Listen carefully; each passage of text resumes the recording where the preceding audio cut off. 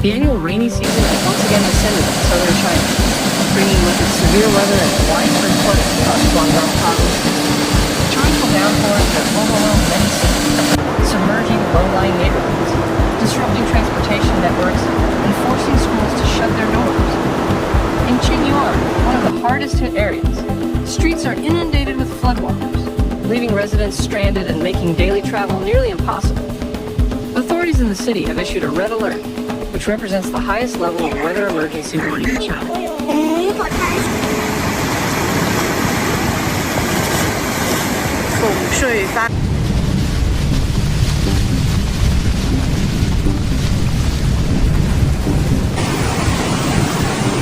Neighboring regions, including Zhaoqing, are also grappling with the consequences of continuous rainfall. Flooded roadways and submerged public infrastructure have caused significant obstacles for commuters and emergency services alike. According to the Ministry of Water Resources, the Beijing River has overflowed its banks for the second time this year, fueled by the relentless rains.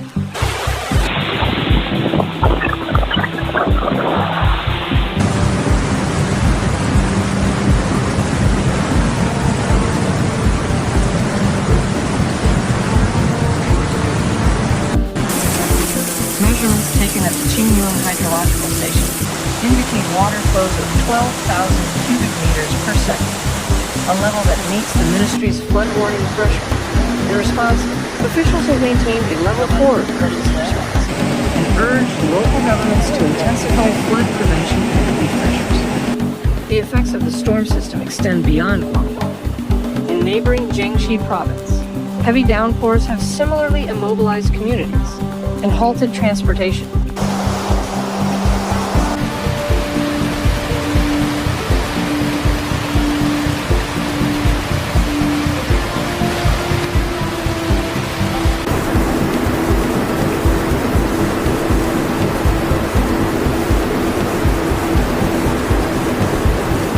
The city, located in northern Guangdong, has been particularly affected over the past 24 hours. Flash floods and waterlogged streets have cut off access to many neighborhoods, leaving residents dependent on emergency crews for evacuation and assistance. Teams of firefighters, armed police units, and volunteer organizations are actively engaged in relocating stranded families and repairing damaged roads to restore at least partial mobility.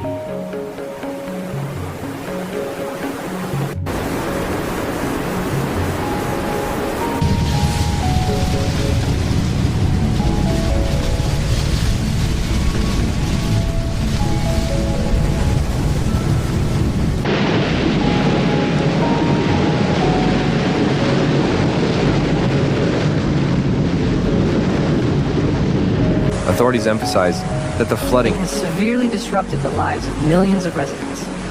Public safety announcements have repeatedly warned citizens to remain indoors and to avoid unnecessary travel until the waters recede.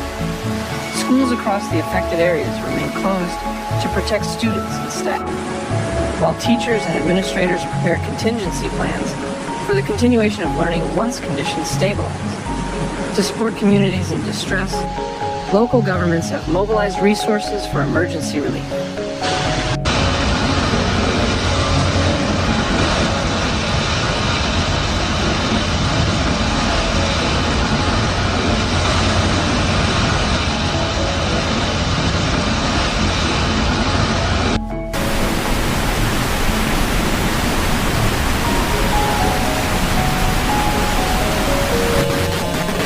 Distribution centers are supplying food, bottled water, and other essential goods to households cut off by floodwaters. Temporary shelters have been established as elevated, secure areas to house those displaced from their homes.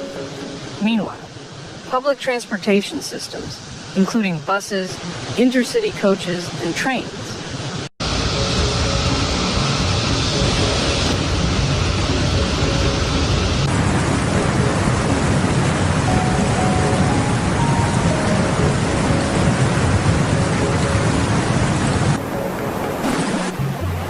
are either operating on limited schedules or have been completely suspended in many flood-stricken regions. The economic impact of the disaster is already becoming evident. Flooding has destroyed crops across large swathes of farmland, threatening the livelihoods of local farmers. Infrastructure damage, ranging from collapsed roads and bridges to power supply interruptions.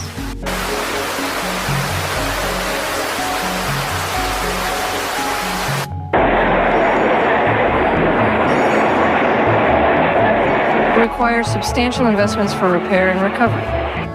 In recognition of these challenges, the central government has promised financial aid packages to support reconstruction and provide relief for families and businesses. Authorities continue to call for caution, urging residents to closely follow official guidance and to evacuate immediately if ordered. Volunteers from civic organizations and community groups have joined professional rescue teams, offering manpower, supplies, and psychological support to affected family members.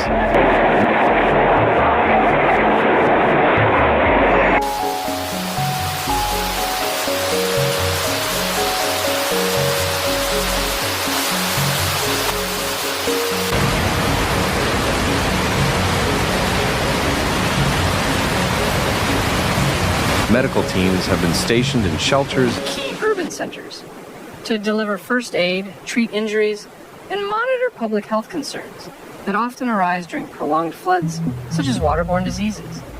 At the same time, long-term measures are under discussion to reduce the region's vulnerability to such disasters in the future. Efforts include reinforcing riverbanks, improving drainage systems, and upgrading early warning technologies to provide more accurate forecasts. Officials stress that while emergency relief is the immediate priority, strengthening flood defenses and enhancing disaster preparedness remain crucial to safeguarding communities against the recurring threat of extreme weather in southern China.